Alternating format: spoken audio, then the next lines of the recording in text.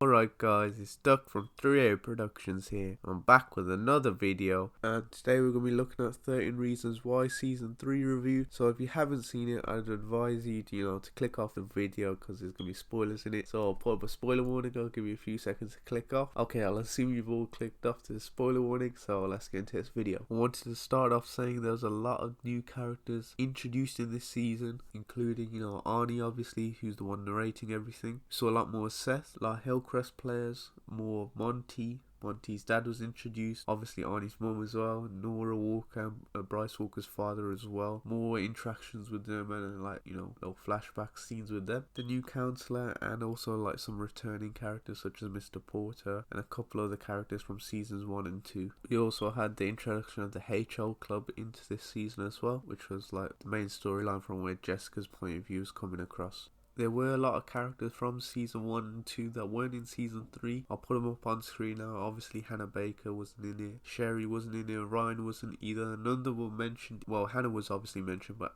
Sherry and Ryan weren't mentioned. Marcus as well, he was mentioned, but he wasn't shown or involved in any other episodes. Pretty sure there were a couple more characters that weren't shown or involved, but I just don't remember them at the moment. There were obviously some new characters, new football team characters. I think it was Charlie or George's name. Don't really know his name, he wasn't that integral a character. Couple characters from the HO Club, and was there anyone else? The new counselor obviously, and obviously Arnie, the new character who's the new student at Liberty and is the one who's behind everything. Not behind everything, but the one who's narrating everything from her point of view, and is giving all the details to Bryce's testimony of how he died and how everyone had reasons for killing him and what those reasons were, and handing him over to the police. So we start season 1, episode 1 with her discussing everything and all of Bryce's mistakes and why he's away from school and away from everyone else when he's just by himself, no distractions, so to say. And it's really after the trial, I think he's really broken in a way, and he's trying to realize these mistakes but not really fully being able to, and not really knowing how exactly go about trying to fix those mistakes. I think with Bryce leaving Liberty High, it kind of helped everyone get over the whole Hannah Baker story, but obviously with his death occurring, I think it just brought all those memories back, especially for Clay, since he's very vocal about his disliking for Bryce, and he knew a lot of fingers would be pointed to him in the search for Bryce's killer, and there was a lot of evidence piled up against him, with obviously the video recording of him holding a gun to Bryce, and obviously his text messages saying he wanted to kill Bryce, and a lot of his interactions weren't very friendly with Bryce, as we saw through the course of the season. Not many memories with Bryce, very friendly, a lot of very much anger, swearing a lot as well, so he didn't have the best terms with Bryce. Unlike other characters, Zach Dempsey is always more sports related, wasn't very friendly after the trial, and he just seemed to fall out with him. And with Justin, he always considered him a brother, but obviously after the whole trial and the Hannah Baker situation, didn't get along, but he was still there for him. Justin with his trying to recover from his drug addict ways, and he's taking some very high level